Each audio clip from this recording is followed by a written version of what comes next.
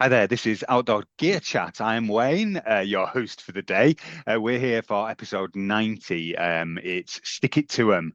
We're talking about trekking poles today. I am joined as always by Cathy. Hiya, how you doing? I'm grand. Thank you very much, Wayne. And yeah, poles, eh? Poles for not just walking, but for running, Running. but for well, you can use them to put your tarp up. There's Yeah. there's all manner of poles out there.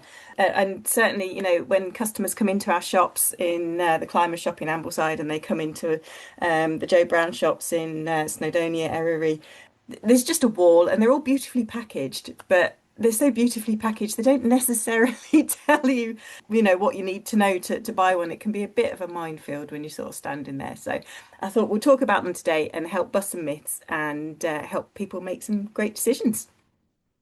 Awesome. And my opening line, I think, on this goes back to I saw Andy Mountsie talk a lot of years ago, I think, when he just after when he won his first Lakeland 100, I think, and he used poles. And it was back when they were starting to be used by ultra runners, particularly. And it was, yeah, they'd been using them over and on in the Alps, particularly, but over in the continent for a good while. And then they made their way to the UK. And he said it was like he had jets. And I always translate into you feel like you've got four legs. So, that, and particularly if you've had a bit of you've done a bit of training with them and you're used to using them. So yeah, and that really sort of, despite a bunch of grief from loads of my mates about using poles at the time, I was a fairly early convert, I think. How about you? When did you first start using them?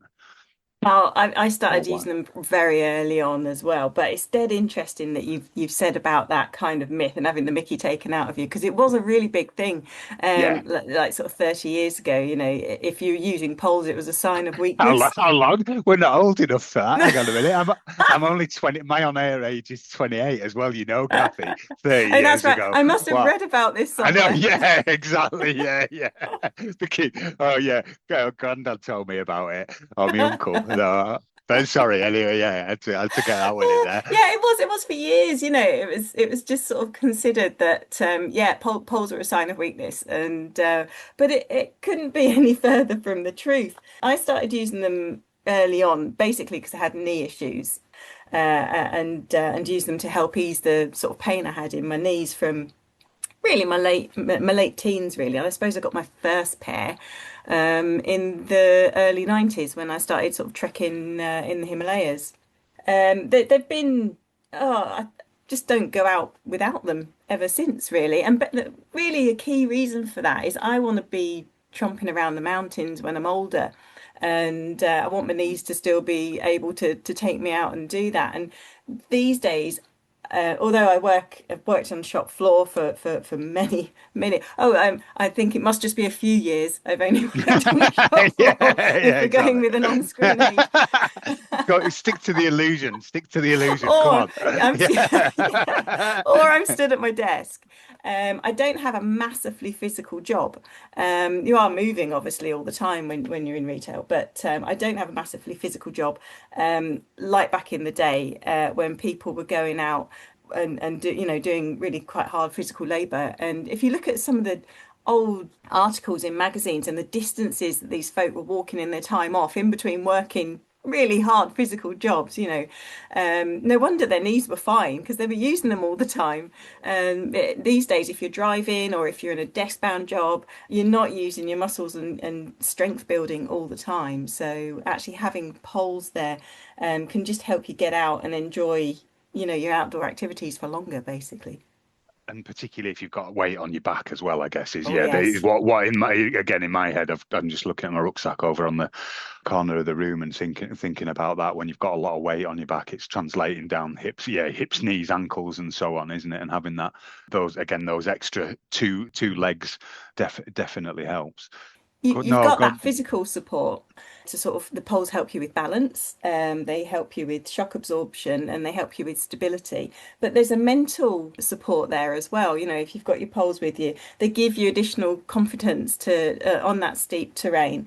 They're there not just to sort of help with the not sort of falling over on sort of loose terrain like scree, but they're dead handy for like scraping mud off boots, or if you've got an animal that needs to be kept away, Yeah. then they're there for that. They're dead good for sort of sticking outside your snow hole and making sure other people know that that's where your entrance is, so they Yeah. don't fall in. And drying gloves in the evening, you can just put your gloves on top of them. And Oh, having a I've rest and actually a ended up sob. using mine for self-defense as well. Yeah. Yeah. Yeah. Yeah. When I've been trekking, I've ended up having to whack someone around the Like head with them. someone. But they are Yeah. also, and this is where they do come into their own for me. If you've got two poles, you can just have a friend standing there holding them with a large piece of fabric, and you can have a wee behind them in comfort I and like that. hidden and do what Impromptu you loo. need to Yeah. do. So they just got a multitude, and actually. We'll probably get onto this a bit later, but if you're going uphill in particular, they keep you upright as well. So you don't have that Yeah. tendency just to sort of bend Yeah. over Like and but gulp slouch. down air. So they keep you upright. So they can help with your breathing as well. And of course, if you've got all that lovely oxygen going into your body, that's going to flow into your muscles. So that's all going to help with reducing fatigue and recovery as well. So they're jolly helpful things, They really. are that, yeah, yeah. And it's interesting. I've got like loads of similar tales to yourself. Not actually whacking anyone around the head with them, but we on the Camino with the kids. We all three of us had a set of poles. There's got them some cheaper ones because I thought they'd be helpful, and particularly Eleanor and my daughter just used them pretty much the whole time. But yeah, there was a bit of a rustling from behind us, and there was a lot of like wild dogs around the section we Mm, were at, and this head poked out, and I was like, all right, this yeah, this isn't too great. And I've asked Eleanor, I just said to Eleanor, just drop your pole and keep walking. And then she looked around and saw this wild dog behind us, and she like, it was a big squeal. But anyway, yeah, it was a like give it a jab towards its nose, and off it went, and we never saw it again. But that's yeah, yeah, they don't yeah. was it the Game of Thrones thing, sticking with the spiky end or sticking with the sharp end? Is that bit, isn't it? Just give them a jab and they'll run off. And so we're into anecdote heaven for you and I. But can we go back to the start and like look at like different types of poles? Because yeah, Yeah. there's a a big long static pole, if you will, and you can't make any changes to, I guess, and the telescopic, and then the ones that sort of they've got a piece of string down the middle of them, essentially. Is that about right, or is there anything else? Well, I'm gonna pull it Go back on. even further, right? You know Go what on. I'm Yeah, like with yeah, my go on. nerdy Yeah. stuff. Yeah, yeah, yeah. No, I'll do. Yeah, yeah. So we're going to talk about construction because the three different types kind of come out from there. Basically, you've got aluminium poles, carbon fiber poles, and then you've got a hybrid version. So that will use a mixture of the aluminium and the carbon fiber. And each different type has negatives and positives, as you'd Yeah. expect. So aluminium, if you're looking for something that is as robust as you can possibly get, some of these are made out of aircraft aluminium, aircraft grade aluminium. So they are super, super robust. And they work, part of that strength comes from the fact that they will bend before they break, and Yeah. that's really important. So if you're a big person walking with a big heavy rucksack, so like if you're a guy through hiking and been through hiking for years, so packed full of muscle and you've got a heavy rucksack, that's a lot of weight, and something like a robust aluminium pole might fare better for you over a long period of time than something a bit lighter. And they also tend to be less expensive than the carbon fiber. Carbon fiber poles are lighter, they're thinner, they are stiffer. And for that reason, they tend to break before they bend. So they are super strong with that carbon fiber, but you do have that difference between the two. And there is also quite a difference in price on those. Right. And the hybrids kind of use the best of both worlds. So maybe they'll use a carbon upper to reduce as much weight as possible, and they'll use an aluminium lower so that if you're sort of moving through rocks and things like that, and your pole gets caught, it's not going to shatter. It will, it will bend. And I'm kind of using the word shatter and bend there. You got to put a lot of effort into damaging a pole. They are made to be very, very, very Very robust. robust. However, Um, yeah, yeah, I but did snap a within, pole just before an event that I was due did to you? go to, and it was the straw that broke the camel's back for me, crying on the mountainside. Basically, yeah, I do a lot of crying on mountainsides, as probably some of our listeners do as well. But yeah, it was one of those. All my kit was ready, I was all sorted, everything, and yeah, I managed to get it jammed between two rocks, and I carried on Oh, walking, and obviously yeah. the pole just it just went, yeah, it just It went. is But it yeah, is there, yeah, you possible. that was, yeah, and again at 15 stone, there was a lot of weight on that going downhill as it was trapped between a rock. But yeah, yeah, like you say, it is a hard job to do, isn't it? Yeah. And you come into that kind of sort of decision making process because it does come back down to what you need your pole for as well, doesn't it? If you're using it as you were, you're probably training for an ultra at that point. So lightweight is your priority. If you're on a multi-day through hike and or a long distance backpacking walk, then something that's more robust is probably just that tiny wee bit of extra weight makes more sense because you're using Yeah, that over a longer period of time. But so once you've got your construction sorted, you've got your length to choose as well. And as you quite rightly mentioned, you've got the adjustable ones that will fold down into sometimes they're telescopic, sometimes they fold down into like a Z. The Z ones use it's almost like a plasticized wire cable, I think, on some of them. yeah, Some of them actually are so light that they'll use a form of paracord. So it really does depend if they're what they've been designed for, and they will go down super small to fit onto race packs, for example. With the adjustable ones, you've got quite a lot of versatility because you can get the perfect fit for you. You can adjust the pole length to the ground, so you can make it shorter as you're going uphill, you can make it longer as you're going downhill. I normally, on my walking poles, I've actually made two scores, which is my sort of uphill yeah, score and my low hill score, so I know I can just set it really quickly. And you can switch in between users as well. If you've got a family, for example, mm, you can people can use one instead of two. And then, of course, if you're using them as a tent pole as well, you've got that height difference as well. The telescopic ones tend to have a section marked out with centimeters as well, so it's really easy to work out which is your height. And that can be easy for working out going up and down hill as well, and the lengths you want there. The fixed ones, they tend to be more for the running side of things, I think it's fair to say. They certainly tend to be more lighter weight. They're a simple design, and that means there's sort of no adjustment systems. So you need to be very sure on your size on those. So size them when you're wearing the footwear that you're going to be using. So if you're using a running shoe, you're probably going to be a bit lower than if you're using walking boots. And if you're using walking boots, you're going to be a bit lower than if you're using your winter mountain boots. So you might just want to take that into consideration. It's really important. The key thing when fitting your poles is that when your hands are holding the grips, your elbow must be at 90 degrees, and that 90-degree is critical.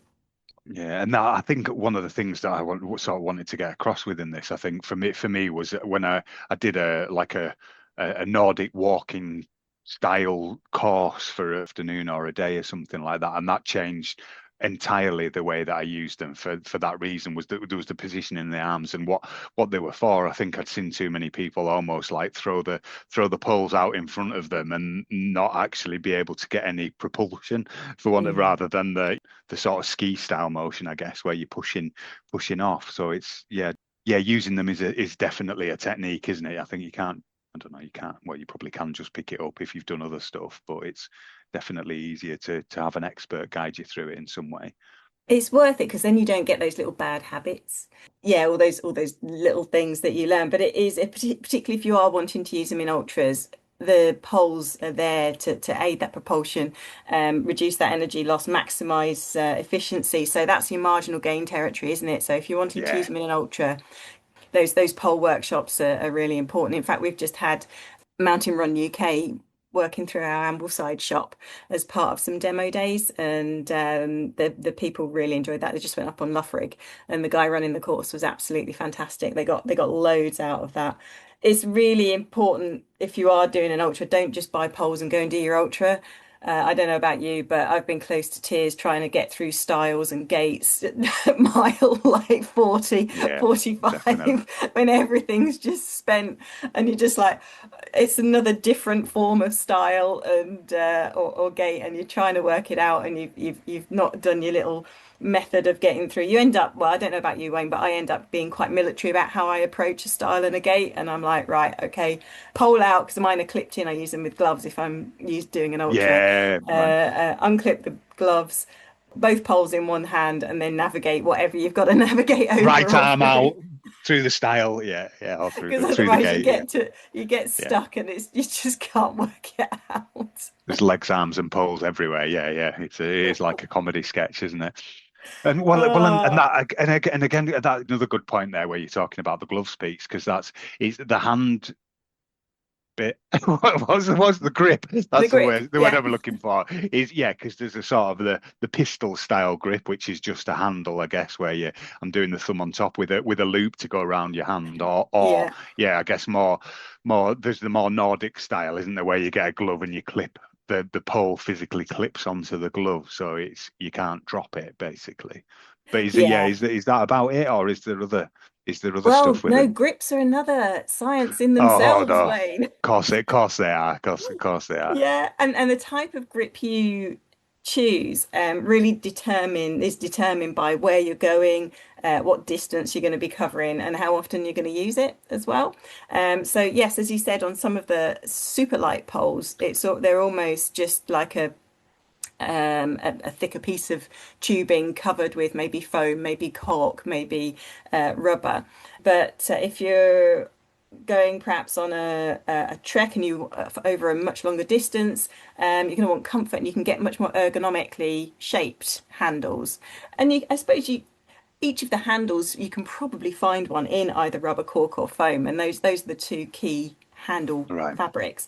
Rubber is generally a wee bit heavier. It's a little bit sweaty in hot weather, but it does tend to be more robust and it does tend to be cheaper as well. Mm. You can often get the same kind of handle in cork as a kind of upgrade, if you like. And cork, that's lovely on the hands because it's a natural fibre. It's absorbent as well. So if you are going to a hot country or you're working really hard, then actually cork handles are very nice. They can be a little less durable. That said, my running poles have cork handles, and I can't even remember how old they are. They've done uncountable miles. Um, the lightest of the light are the foam ones, and those are super comfortable, definitely. But they are a little less durable, and if you're worried about them absorbing moisture, if you're out in really wet climates, that's perhaps maybe not something to go for. But if weight is your thing, then foam definitely is. Right. That ergonomic design I was talking about, that also comes into this marginal gain territory, and that can help with the power transmission as well. So your grip and how you hold the pole is really important. You can get extended grips as well. So where the hand normally goes at the top, you'll see the rubber or the cork or the foam is elongated down the pole. And so when you're going up, so for example, steep terrain or stepped laid paths, which we've got a lot obviously in the Lake District and Mm. Snowdonia area, you've got the ability there just to move your hand up and down, which can merely keep that elbow at 90 degrees. So that works really well. And then you can get women's ones with smaller grips because then we have smaller hands. I So was going to those say are because your available too. dainty Dainty hands, hands. Casey. Yeah. And then the glove side of things, you can get key Nordic walking gloves if you Mm. so wish. You can use regular gloves, you can use fingerless gloves, you can use cheap gloves, you can use whatever gloves you want and what works for you. But that can protect from chafing and blisters over distance if you're out for a long time. And then, of course, some of the poles come with the race gloves that do actually clip in, so you can't drop your poles. Pluses and minuses to both of those. In fact, we will just dip onto wrist loops because the wrist loop is Yeah. there again for that power transfer and is really important. So if you are motoring on flat, undulating terrain, you can just absolutely power through with those poles. If you're on very loose terrain, if you're on very technical terrain, if you're on like tree roots are a classic, it's worth just taking your hands out of those wrist loops or unclipping your gloves because if your pole does get trapped and you're moving forward at speed Mm. and you are physically attached to it, that can cause injury. So I always just make sure if I'm on tricky terrain, I just unclip my gloves or take my hands out of my wrist loops just to be on the safe side. Yeah, it's interesting. I never have them around my wrist. I just sort of, I don't know, have them around my thumb. The Oh, wrist loops around my thumb somehow. I don't. Yeah, I don't know really how that works. be honest. But anyway, it's because it's always just felt really uncomfortable and almost counterintuitive for me to have it round my wrist. But possibly for the reason you just said, i.e., I'm more than likely to injure myself if I have it around my wrist and I'll tangle myself up in my big 6'6" frame. Yeah, we Yeah, have enough if disaster. you're We have enough trekking or if disasters. you're walking on sort of laid paths and valley level, definitely some of the poles you can get really nice padded wrist loops, and they're you know they're lovely, super comfy to wear, and they're ideal for that. Yeah, sorry, I've gone elsewhere thinking about other stuff. They're not yeah, so I'm running this pole related stuff. Sorry, but it was just yeah, because I guess the next question we had was about anti-shock stuff and Yeah. um baskets. That's where my head was going. I need to come back to that. But yeah, anti-shock stuff. Then those that's where they're a bit springier and bouncier, aren't they? You can almost like push them down and let them go, and they'll spring up a little bit for one. Yeah, maybe Yeah. not that dramatic, but. Yeah. It's like your suspension on your bike kind Yeah, of thing, yeah. fork suspension on your bike. There are, I think it was 1999, there was a study done that showed that using poles can reduce compression load on your knees by about 25%, which is Wow. fantastic news for your knees.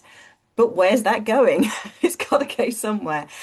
So what you will find if you're new to using poles, when you start using them, you're probably going to feel really quite tired in your Yeah. shoulders, because some of that load, if you like, is going to be transmitted through your shoulders. And as long as you've got that 90-degree elbow angle, it's not going to get stuck. It's not going to get transmitted to your wrists. It'll go through and into your shoulders, which is what you want. So it's an Mm. all over body workout. So it's brilliant for fitness.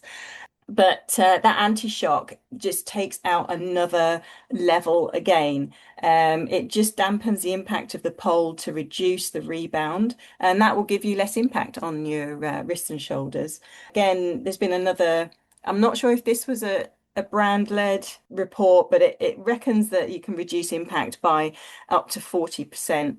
So it's super beneficial to long distance hikers. Some models offer you the opportunity to turn the anti-shock on or off, which is great. But what that can mean is you do get a less precise pole placement. So personally, I prefer a precise pole placement. It's also why I ride a hardtail mountain bike. I just I just prefer everything being a lot more positive, especially in snow or frosty conditions. But again, it does come down to personal choice. It is what it does determine, where it does depend on where you want to go and use your poles, absolutely. But I was just And actually just going to come back onto locking systems as well, because I forgot to include that in the construction, because there's two very different types. And if you've got a pole that will allow you to turn off your anti-shock and your shock, it can be linked into this. So you've got internal twist lock poles for adjustment, so the traditional lecky poles, if you like, and you just twist them and untwist them to tighten them, which is can be tricky with wet gloves sometimes. But the external lever lock, that can be easier to use, certainly in the wet, but you do need finger strength for that. So depending how your fingers are and how they react in really cold weather, that offers you a different option. But uh, again, it's down to personal choice. And as far as one being better over the other, that's very much down to your own personal physiology, really. But I use both, to be honest, and both can be repaired as well. mm, well, then, again, I was just going to say that I've got the lever ones on my. I've got a like what they call. I think they're the Lecky Mountain King. I think from back in the day, they're still going Mm. strong. Yeah, well, on one occasion, turned up for an event, started using them, and the screw that the lever was attached to had come loose, and so it wouldn't fix properly. And you're like, yeah, with fat fingers after you'd been going for a short while, then trying to do that, and then yeah, you need a blade of some description, whether it's a whatever it is, even a teaspoon would do it, wouldn't it? I think I ended Yeah. up trying to use my spork to screw it back in, which worked, but it's just doing those little bit of maintenance checks every now and then to make sure those things are all right. But it was a really simple thing to fix. Well, yeah, Yes. but I should have checked it before the event, as we always find out. And again, yeah, and again, that's yeah, back to what you were saying about upper body impact of using poles, as always, it's dead important not to just rock up on a long distance event with a set of poles and expect that you're going to be able to use them, because it is going to have an impact on you in a different, it is going to make you, biomechanically move different over the terrain in a good way, like we were saying, but you need to be practicing a little bit of that before you actually get to event or long distance hike or whatever it is that you're doing, because it could have impacts that you don't really know. And that I Yeah. remember that was my sort of upper chest and my upper arms really ache when I've used them a lot more than obviously when I haven't done. But yeah, Yeah. that is Train balanced with up your with the other poles. stuff. That's Defo, the yeah, motto. yeah, Or train with yeah, everything that you're going to be using, actually. Weight, yeah. poles, everything, because it makes such a difference when you're actually out there. But just going back, actually, you touched on baskets earlier. Thank The baskets, the accessories, so all those little bits to repair flip locks if you need to carry one because you're going on a long distance trip as a spare, little rubber bits that go over the carbide tips. you. Yeah, They actually help reduce erosion.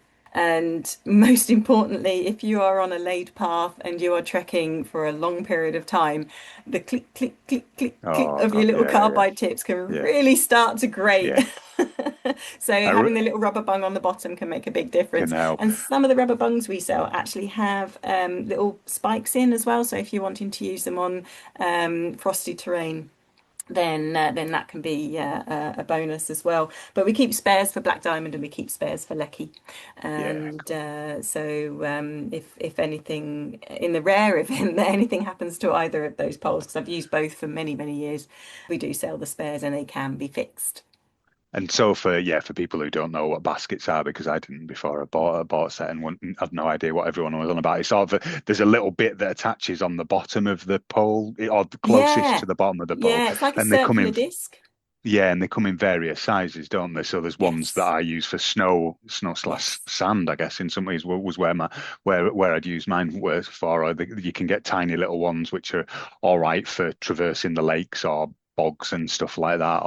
But yeah, the larger ones are better because they give you more stability on that shifting terrain, like snow, like sand, and so on. And yeah, they're dead inexpensive, aren't they? They're not a massive amount of cash, but and really easy just to screw on and off Yeah, some are the bottom as screws, well. some are pop, and you just stand on the Yeah, basket and just pop it, pull the pole up. But yes, they are very straightforward to swap out, definitely. One thing actually we didn't talk about was cold hands nice. because if you set your poles correctly, you can find that your fingers get cold because obviously your hands are upright, they're not down, so the blood doesn't necessarily flow to them Right. quite as efficiently as it would do. So if that happens, I normally either just drop the height of my poles for a little bit for a short while, or if I'm running, I'll just carry my poles parallel and keep my arms down until the warm blood comes back into them. But if you start getting tingly hands, then you've probably got your poles set too high. Just drop them down a little bit. Just check that elbow and make sure that's at 90 degrees and just drop them down a shade, Cool. and that'll get the blood running properly again.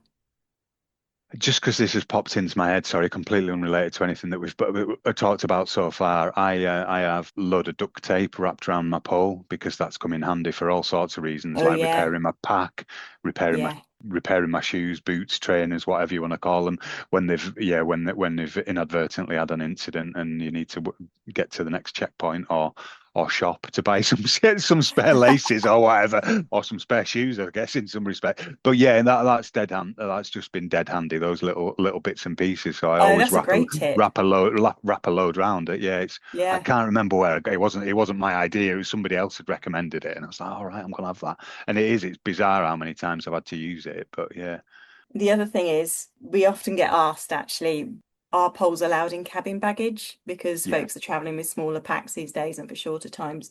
But there seems to be like it's voodoo, like with all yeah. air travel. Well, I'm glad you said that because yeah, I've travelled and I've had to put them in hold luggage a few times and Yeah, sort of contemplated just taking them in with cabin luggage yeah. yeah, I'm glad I haven't because they don't like the spiky stuff, do they? In a No, in a in a cabin, yeah, yeah, no. And so, but some airlines seem to allow it, some don't. So I think probably the best advice is to check with your airline. yeah. Yeah, but which in err on itself the isn't always an easy experience, but no, no, I was going to say, yeah, err on the side of caution because you don't want to be turning up and having to check everything into hold luggage and pay the oh, fee, the fees that come with that. yeah, yeah. And then yeah, finally, I guess you can either most modern packs will come with attachments for you Yeah, to pop them onto your day pack, pop them onto your trekking pack, or if you've got a race pack, most of those will. But I know some people prefer to carry them in a quiver, so we do sell quivers, which are just like little elongated pouches, and you can attach them to your front, your back, your sides, wherever wherever you would personally prefer to carry your poles. but because I there think are a that's lot for of the people that mountain use them. marathoners, really. Yeah, yeah, well, yeah, Yeah. yeah, but no, I was meaning where it emerged from. Who came up with the first design on that one? Because it was, yeah, it OMM. was always, was that what it was? Yeah, Yeah, because it was, yeah, the original mountain marathon that or certainly the quivers we stock anyway. yeah. They offer a couple of different options. Yeah, cool. And well, I don't know, strange name for it as well, really, isn't it? But anyway, whatever, it works. It works. It's like I don't know. You can picture all the product design people going, "What do we call it?" Well, look a bit like arrows in there. Let's call it a quiver. Yeah, let's be brilliant. Anyway, Well, um, I'm yet to master the art of hauling my running poles out of the quiver because they do actually if you well I haven't practiced this obviously 'cause you I don't know. For those of you just listening, the motion would imply Kathy's very used to pulling arrows out of quivers ready on horseback or something like that. It's seamless motion. no. There's most. I think everybody else in my family does archery except me. So All right. but wouldn't it be? It'd be very cool just to be able to pull out your running poles because they can deploy mid-air like an avalanche probe because Yeah. they're all on one piece, on one wire Yeah, cord, that's it. and just like yeah, Queen of Cool, Flick it rocking out and out. start running. That's it. Yeah. Yeah, but it would actually the reality would be 2 o'clock in the morning. I'm covered in snot. It comes out. It doesn't deploy. It trips me up. There's no one around Yeah. to see. I end up in a bog. You know, I know that's the there'd be reality. blood and everything. Yeah, exactly. Yeah, yeah. Potentially a breakage. Yeah, yeah. Brilliant, brilliant. And I guess that's the downside to poles. Isn't it? Yes, We how didn't not to talk use about your all the poles. downsides, but yeah, if you are a ganglion coordinated individual, as I think we both are, I don't think it's unfair. Yeah, yeah, it can present some challenges, that's for sure. Yes, we like to discuss the pros and the cons of all of the Yeah, items that we exactly. Yeah, talk yeah, about. indeed. Indeed. Tripping yourself up with your piece of kit it's supposed to help you is a great one.